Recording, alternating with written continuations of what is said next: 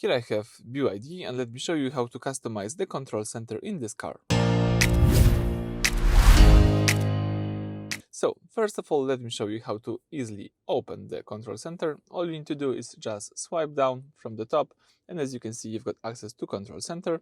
If you would like to exit the control center, let's just tap here anywhere on this gray area, and you will just quit the control center. Let me just open the control center again. What's interesting in control center, you can use those features to enable or disable the following settings, the following features.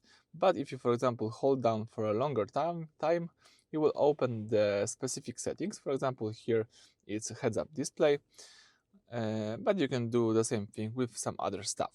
But if you would like to customize the control center, let's tap custom button, and as you can see here, you've got a lot of features that you can use.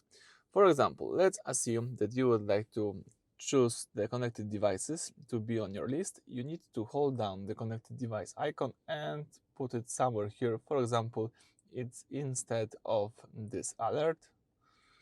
So you just choose the connected devices to be on the list. Now, if you quit it, you will see that you can find connected devices right here. As you can see, the list of features is quite long.